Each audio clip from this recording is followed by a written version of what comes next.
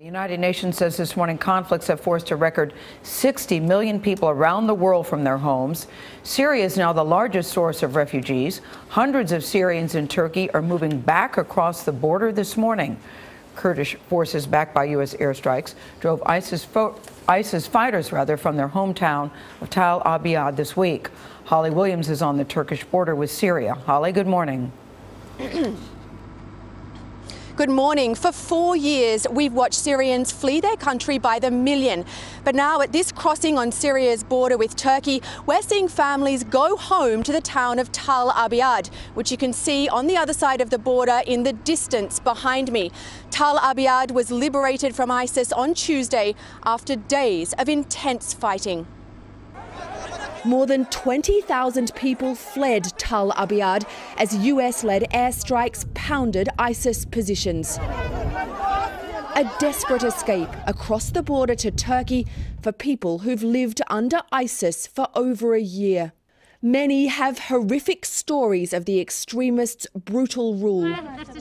If a woman went out without veiling her face or a man smoked a cigarette, they'd beat them with a stick, said this woman, who covered her face to hide her identity, because even now she's still frightened of ISIS. She and her friends told us they grew used to seeing severed heads displayed in the street, left there as a warning after ISIS carried out executions. Hamid Asso is a cotton grower who pointed out his land to us, seized by ISIS when they captured Tal Abyad. I fought them until I ran out of bullets, he said, but nobody came to our help and I had to run away.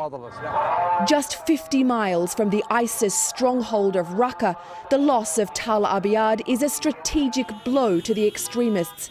ISIS used the border to smuggle fighters, weapons and oil. Now Tal Abyad is controlled by Kurdish fighters. They're working closely with the US-led coalition and gaining ground quickly in northern Syria. This was a major loss for ISIS, but any suggestion of a collapse is premature. They're still on the offensive, seizing towns and cities in Iraq and Syria. Gail. Thank you, Holly Williams, on the Turkish border with Syria.